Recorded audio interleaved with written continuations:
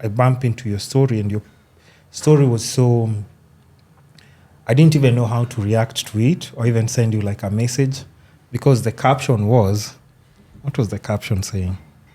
I don't want to butcher it. Can you remember the words? As a point of view, your mom paying people like 1.6 million to kill your dad so that she can inherit properties. Yeah. But she didn't. That was a lost loss. Wait. Yeah. So wait, what? What do you mean? She didn't inherit the properties because investigations were done. Oh, okay. Hold on. We'll go slowly on this story, right? We'll go slowly on this story. So, and I also just want, before we get to the story, like just going back to like what the POV said. The POV said, point of view, when you're Mom. Okay. So when your mom pays 1.6 million, Paid 1.6 million to get your dad killed so that she can inherit his properties. Yeah. Right?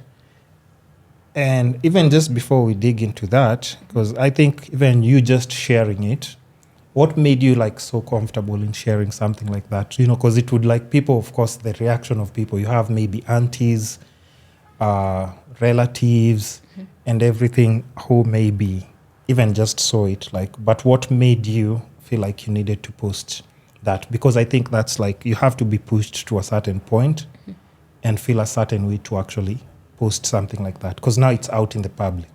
It was actually out before, like since 2017. It was on TV, radio, gazettes. Yeah, I'm moving a lot. No, it's okay. You can actually move. I'm just trying to make sure my audio, I get that audio perfectly. Okay, so it was actually on radio, TV, press and everything. Yeah, even on the internet, if you search it, you can find it on YouTube. And on Google, you see it. Oh, it's there? It's there. It's just that people don't know about it. Or I was young that time. Now that I've grown up, people are like, oh, so this is the girl that was this is Nani's daughter, yeah. This is Nani's daughter. Oh, okay. Because my dad was a known person in Nakuru. He had a big enterprise of selling house decors and stuff like that. So it was all over. It's just that I... So how old were you then? Well, 15, 16. You were 15 or 16? Yeah, 6 years ago. Right now I'm 21. 21? Yeah. Such a baby. Okay, not such a baby, but I'm just saying, because for us we're in our 30s. So if you were to tell me to trade... You're 30? Yes. Stop lying. What?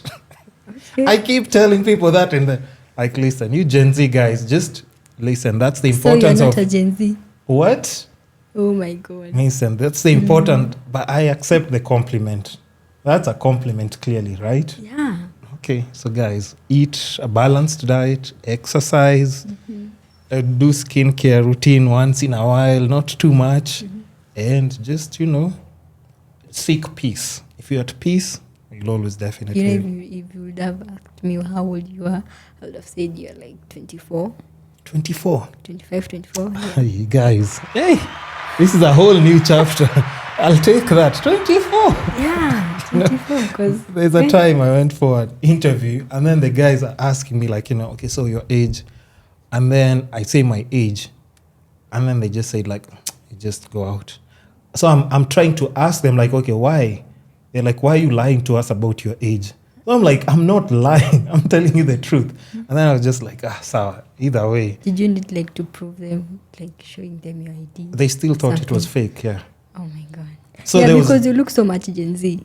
So much Gen Z. You're not close to a millennial. It's okay. I'll take it as a compliment. That's a good thing though, right? Yeah. No?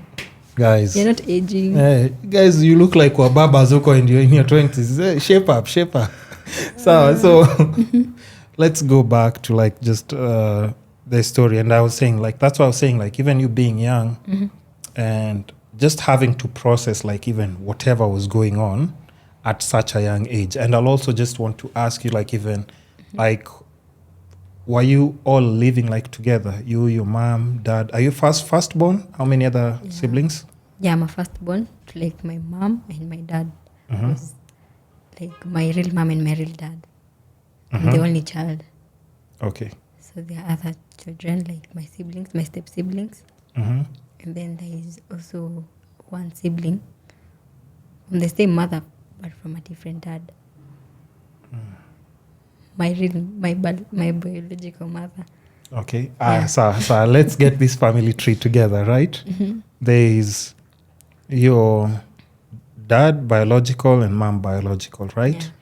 And then you have 1 or 2 stepmothers? One.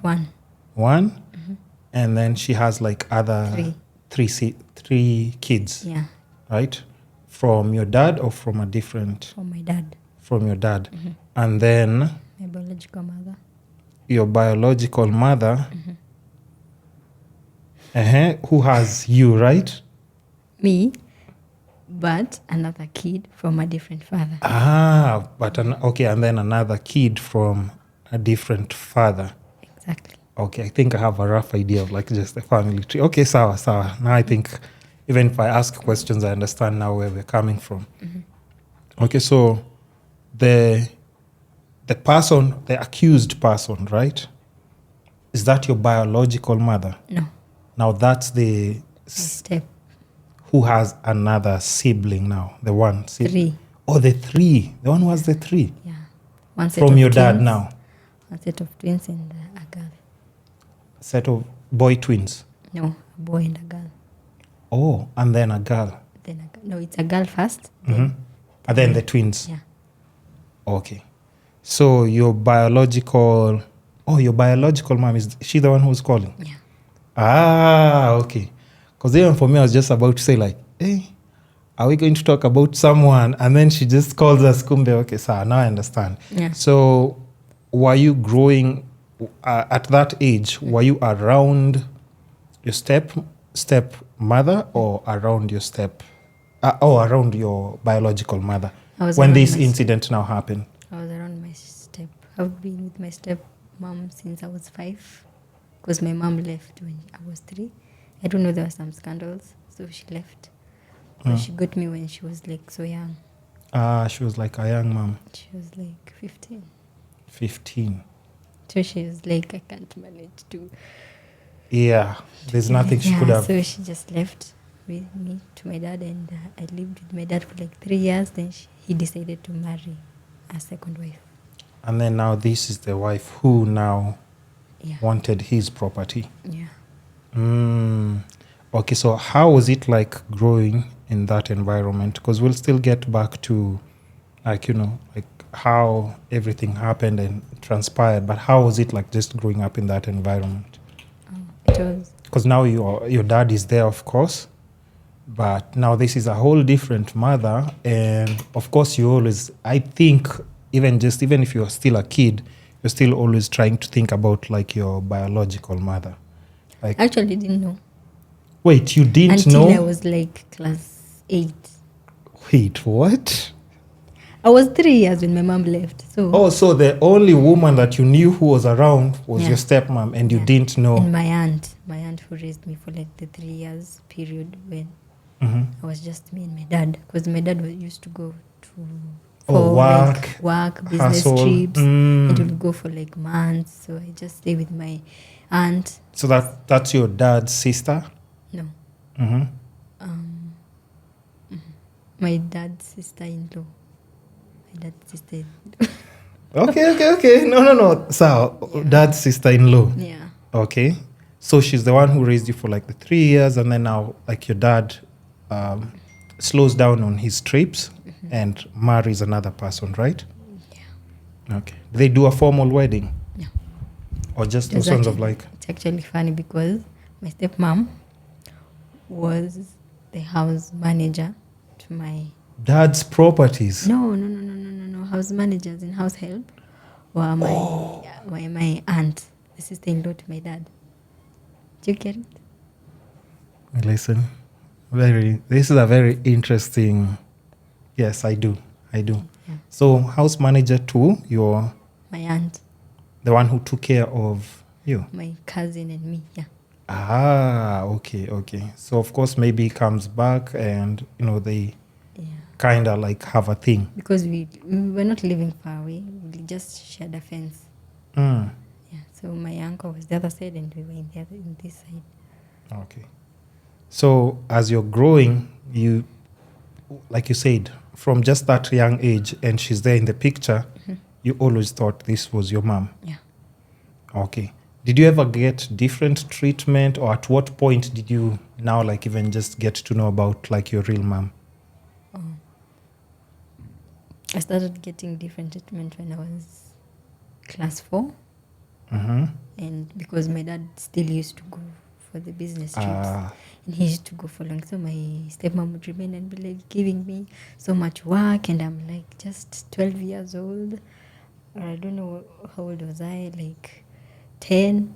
Mm-hmm. I would do the house chores. I would take care of my sister who was just born in 2008. And then when my dad came, I told him I want to go to a boarding school. I didn't tell him the reason. Yeah. Because I didn't want, if I told him the reason, he would go to my mom and ask her. Then after he goes now, you'll have to deal with her now. Mbona ulisema sijui nini sana. By then you'll be punished So I just said, let me go to a boarding school. I just want to go to a boarding school. I didn't have any other reason.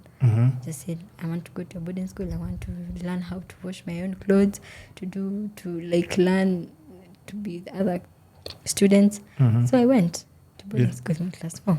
And then the boarding school I went, it was then a biased school because there were bullies, the Sudanese. It had a lot of Sudanese, so I was being bullied because I was so tiny.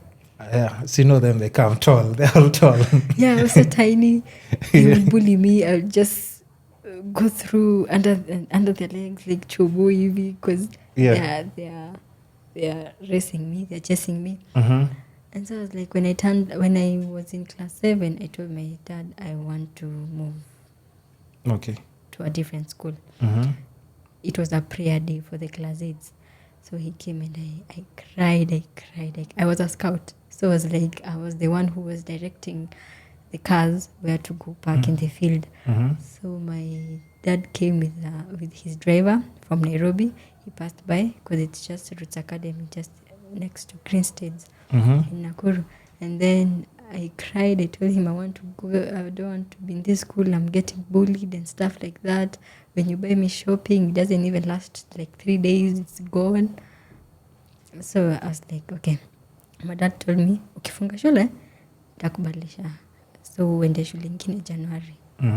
So as January came, then I was moved to a school near home. I did the interview, but I failed because I didn't used to study because of bullying. Yeah, so I was like, I was told I can't go to class 8 because I have to repeat class 7 because I failed. You failed the interview and I can't go to class 8. And see, class 8, they're going to do the KCPE, and with my marks, I can't keep up. So I accepted to repeat, and then after the 2 years, I finished my KCPE. So when I got my results, my dad was expecting me to get like 400 and above, but I didn't get that. Got 380. Yeah. So I went for my results I used to have a bike. I went with my bike, and when I came home, I found my dad. I was like, oh, he's home. He's actually here waiting. He knows like results are out. He's waiting. Why is he not at work? I'm like, okay. I could see him like around. I don't know, like anatafuta cane or something. I'm like, oh, was he strict? Yeah, my dad was strict. He was strict, but you could understand him. Yeah, he's just being a parent. Those ones of like, yeah. So I was like, okay, umepata marks ngapi? Nimeshapigiwa na teacher. Na headmistress, headmaster, nasikia hujapata 400 yenye tulikuwa tumeagree. Like nimepata 380. Jerry 380. Okay, they call me Jerry at home. Jerry 380. 380 ni marks yenye itakupeleka national school kweli? I was like, Daddy, I tried. I'm sorry. Nini. So I was like, okay, fine. So my stepmom was also around. She hugged me. I don't know why. She was like, usijali, hizo marks ni poa. She hugged you? Yeah, I remember she hugged me and I was like, okay, this is weird, but okay, fine. It was like November. So she had planned for a trip to Eldoret. I don't know, there was some maybe mvurugano kidogo with my dad. So she said she's going to her parents in Eldoret. So we went with her. So my dad was left at home. So in Eldoret, you know, like right now, I can think and see, like, okay, so this thing was being planned in Eldoret. Oh, so now you're putting the pieces together. Yeah, I'm putting the pieces together because when we went to Eldoret with her boyfriend. Who and who? My stepmom's boyfriend. Who and who went to Eldoret? Me and my stepmoms and the siblings, we went to Eldoret. This is after After the KCP, after the marks, and we've decided it's fine. Let's wait and see what school you're going to be called. Oh, and then like you said, like there's mvurugano kidogo between them. She said she's going to see her parents in Eldoret. Yeah. So she took me with her. Plus you. Yeah. How? I don't know. I just don't know. But your dad was around, Ama, now he had gone. No, he was around. And she just took you. He like took me and the rest. I was like, let's go. It's how we go. So the boyfriend was the one that came for us at home. I was like, right now it's when I'm remembering She that came. The the boyfriend came and picked all but of my you. dad was not around when he came. Yeah. Yeah, he was just far away. So we went to Eldoret. They would talk with the sisters and the uncles, and I would be told, and which isn't like the other cousins. They were my cousins who lived in Eldoret. My stepmom's sisters. Yeah. Now the cousins. Like now, say me step aunt. Like Yeah. yeah. So we used to we stayed there for like a week or two. I can't remember. So the day of coming back, it's my dad who came for us. I don't know how they settled their issues, but my dad is the one who came for us in Eldoret. So he picked you and the other siblings plus now the stepmom. Yeah. Remember, this is November. Yeah. November.